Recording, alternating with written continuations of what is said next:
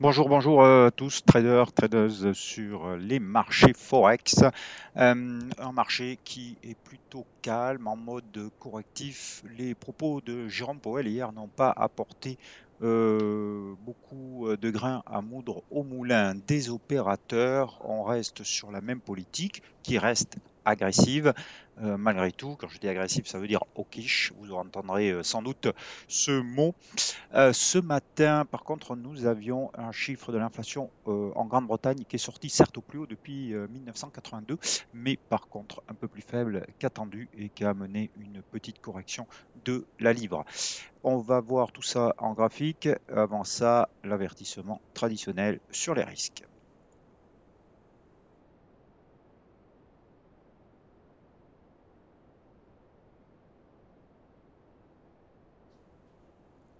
Voilà, donc vous voyez cette correction sur l'indice dollar à l'écran qui hier ça a pris un tout petit peu plus d'ampleur mais qui ne remet absolument pas en cause la tendance haussière sur le billet vert qui reste au-dessus d'un support à 102,24 qui est on peut dire essentiel. Si on passait en dessous de ce niveau de 102,24 qui correspond aussi à la moyenne mobile exponentielle à 34 périodes, euh, on pourrait envisager peut-être une correction plus profonde ou en tout cas un retournement, mais on en est bien loin. Pour l'instant, on reste positif sur le billet vert. Alors, je sais que c'est pas facile forcément à trader puisqu'on est sur des mouvements de contre-tendance. Donc, c'est peut-être ce qu'il y a le plus dur. Euh, Ceci étant, si vous êtes un investisseur, guettez les bougies d'hésitation de renversement ou même les bougies positives, on va le voir sur le dollar yen, pour construire une position longue dans le sens de la tendance de moyen terme. Pour les day traders, c'est un peu plus compliqué. Euh, vous pouvez jouer cette correction, mais il faut être très très très rigoureux sur le money management. Donc, ce qui nous donne sur l'euro-dollar le dépassement de cette première résistance à 1,0480, 1,05 et le débordement de la moyenne mobile exponentielle à 13 périodes. Donc, ce qui veut dire qu'on pourrait très bien revenir sur 1,0640 qui est le prochain point, le prochain objectif de ce rebond, mais tant qu'on reste en dessous de 1,0640, la tendance reste fragile et reste baissière. Donc, euh, vous pouvez, si vous êtes un trader, jouer ce rebond et viser un 0,640 en mettant un stop, par exemple, sous un 0,480. Vous voyez que c'est à peu près le plus bas d'aujourd'hui, mais c'est aussi un ancien support, donc il pourrait rejouer son rôle et viser un 0,640. C'est du deal à très court terme, bien entendu, mais pour les investisseurs, il est probable que du monde se situe sur 1,0640 à l'affût pour reprendre une position short dans le sens de la tendance. Si on venait à déborder 1,0640, alors là, euh, je pense que le rebond s'accentuerait drastiquement vers 1,0930 parce que tous ceux qui ont vendu verraient leur profit fondre et donc seraient pris au piège et seraient obligés sans doute d'effectuer des rachats de short. En plus des gens qui se positionneraient long, donc ça pourrait aller vite, mais on n'en est pas là, on n'y est pas du tout, et donc sous 1,0640, on reste avec la tendance, le trend baissier. À très court terme, ceux qui veulent jouer ce rebond, donc en cours, euh, peuvent avoir cet objectif, mais ceux qui sont un peu plus prudents se positionneront plutôt à la vente avec par exemple une bougie horaire rouge qui apparaîtrait sur ce niveau, si jamais on le touche, hein, pour se positionner short. Si on n'atteint pas 1,0640 et qu'on revient en dessous de 1,0480, ça ne serait pas très bon signe et ça voudrait dire que la tendance reprend de plus belle et que les vendeurs ont vraiment la main définitivement sur cette paire de devises. Alors, attendez, on a un petit souci de graphique, c'est rien, voilà, c'est revenu. Je contrôle juste que le son n'est pas parti. Non, non, je suis toujours là avec vous, pas de problème. Donc, voilà pour l'eurodoll. Pour le câble, donc le câble, pareil, hein, on est sur un rebond. Le niveau qu'on a dépassé, c'est 1,2406 avec 1,2638. Donc, comme objectif, à chaque fois, d'ailleurs, ça correspond aussi au passage bientôt de la moyenne mobile à 34 périodes, ce qui renforce cette zone de résistance et qui sera difficile à dépasser.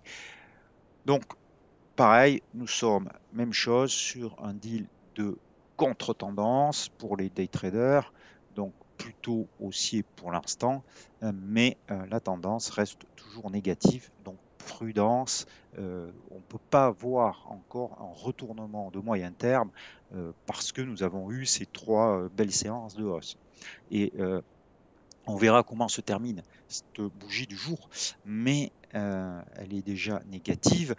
Et elle pourrait aussi bien signifier que ce rebond est un petit peu terminé. Donc, méfiance aussi à très très court terme, malgré tout, au-dessus de 1,2406 avec objectif 1,2638, mais sur le long terme, baissier avec toujours comme objectif le support de mai 2020 à 1,2080 qu'on pourrait très bien aller voir dans les prochains jours.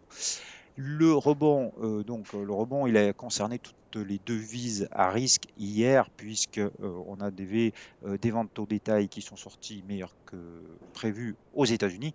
Et en plus, on a des nouvelles plutôt encourageantes du côté de la Chine, du côté de Shanghai, puisque il pourrait réouvrir le 1er juin et donc ça relancerait l'économie, ce qui profite aux devises à risque et aux devises des antipodes comme le dollar australien qui est revenu donc sur ce niveau dont je vous parlais hier à 0,7054 mais n'a pas réussi à le dépasser. Donc c'est le prochain niveau, c'est vraiment la droite de polarité à surveiller à court terme.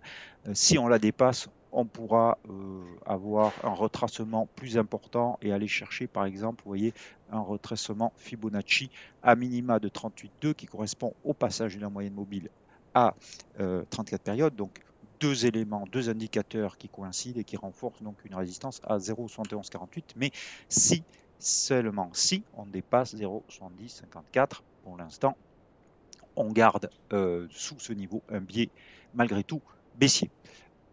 Pour le kiwi, c'est un petit peu la même chose, juste le temps de le mettre à l'écran, voilà, un petit peu la même chose, puisque, alors il est plus faible que l'OSI, je vous en ai parlé ces derniers jours, donc le niveau là, c'est la frontière, c'est 0,6380 qui fait office de barrage, et vous voyez la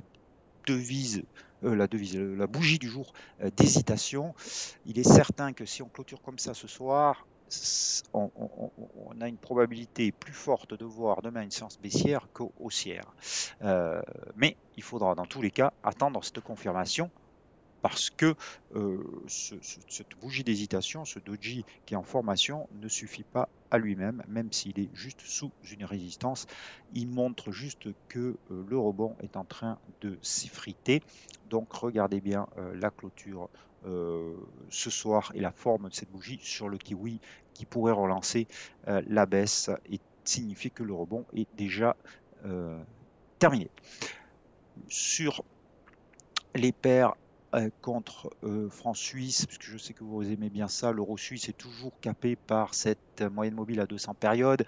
Il essaye de dépasser, mais vous voyez bien l'importance de cet indicateur, puisque c'est la 4e fois aujourd'hui qu'on le touche ou qu'on le teste et qu'on n'arrive pas à le dépasser. Donc c'est bien le niveau à surveiller dans les prochaines heures.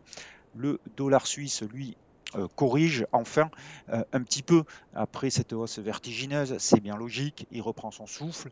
Ça ne change pas la tendance haussière, mais on pourrait avoir une petite consolidation horizontale avant peut-être d'aller plus haut. Mais pour l'instant, donc, on peut que rester à l'écart sur cette paire de devises. Les paires en yens maintenant, avec le dollar yen. Alors je vous disais qu'il y avait peut-être quelque chose à faire sur le dollar yen. Il n'y a pas d'urgence. hier, je proposais sur le site DailyFX un plan de trading et je disais, vous voyez ici, alors j'ai enlevé cette flèche parce qu'on m'a dit que bon, elle n'était pas super, donc je ne vais pas vous contrarier. Elle est discutable, donc bon, je l'enlève. Ça reste que ici, cette divergence nous annonçait malgré tout, avec cette cassure de RSI, la consolidation, à minima une consolidation, c'est ce qui est en train de se passer. Donc je disais que au-dessus de 126,95, la tendance, elle reste haussière. On n'a pas véritablement de correction, si ce n'est que cette correction prend la forme d'une consolidation horizontale. Donc, je pense que ça renforce la tendance et ça renforce la probabilité d'une sortie par le haut pour le dollar yen et d'aller voir cet objectif à 135 dans les prochains jours. Bon, pour l'instant, la tendance, on n'a pas de bougie qui relance la tendance, mais on pourrait construire une position en deux temps. Par exemple, un achat sur une bougie verte, un chandelier haussier, en initiant la moitié de la position et sur dépassement du précédent plus haut à 131,35, renforcer et initier la deuxième partie de la position, ce qui donnerait un meilleur point d'achat avec un stop sous 126,95 et un objectif à 135. Voilà, pour les investisseurs, pour les opérateurs. Ceci étant, pour l'instant, nous n'avons pas vraiment une bougie qui montre que la tendance va reprendre et cette latéralisation peut bien sûr continuer encore quelques jours. Sur l'euro yen, nous avions un drapeau en formation.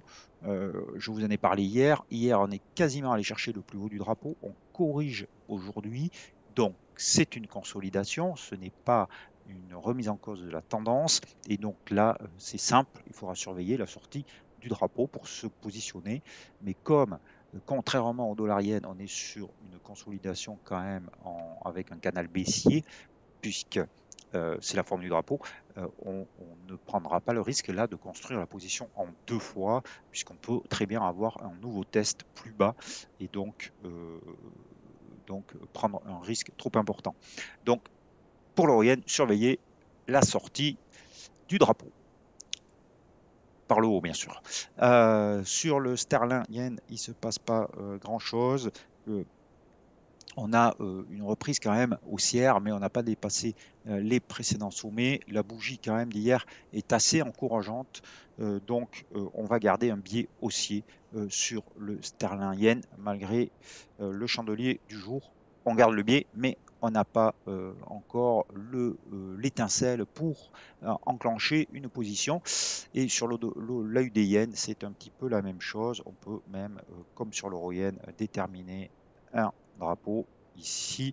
Alors, il est moins, hop, il est moins parfait que sur l'euro yen, mais parce que cette mèche basse ici vient peut le remettre en cause, vient le casser, mais on peut quand même le estimer que c'est une phase de correction. Et d'ailleurs, si on trace les ratios Fibonacci, on ne doit pas être loin d'un ratio. Voilà, vous voyez, on est venu. Alors, hop, attendez, je vais juste l'étendre pour que ça soit plus clair. Hop, voilà. Vous voyez qu'on est venu toucher le 50% et qu'on repart à la hausse. Donc, tant qu'on reste au-dessus même du niveau de 61,8%, la sortie par le haut de cette figure en drapeau, même si elle est assez inclinée, pourra donner un point d'achat. Voilà. Donc, alors je ne vous parle pas du dollar contre dollar canadien parce que cet après-midi, dans 20 minutes, il y a à 14h30 le CPI qui peut faire beaucoup bouger les choses. Et en plus, il y a les stocks de pétrole à 16h30 et le dollar canadien, comme vous le savez, est très lié à ce qui se passe sur le pétrole. Donc, pas se risquer avant de tels chiffres à prendre des positions sur le Luni.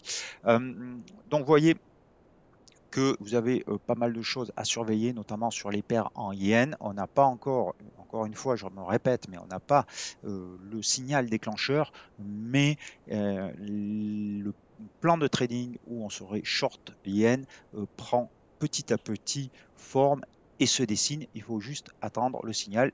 Est-ce qu'il viendra? Ça, je ne peux pas vous le dire. On ne sait jamais. Mais c'est ce qu'il faut surveiller actuellement pour les paires aériennes. Pour les paires contre dollar, l'euro, la livre, j'en ai parlé. On a des objectifs à très court terme un peu plus haut, mais ça reste des trades à contre-tendance. Et donc, les tendances, ne l'oubliez pas, restent baissières. Voilà ce que je peux vous dire cet après-midi. Je vous souhaite de bons deals, de bons trades. Je vous dis à demain. Ciao, ciao.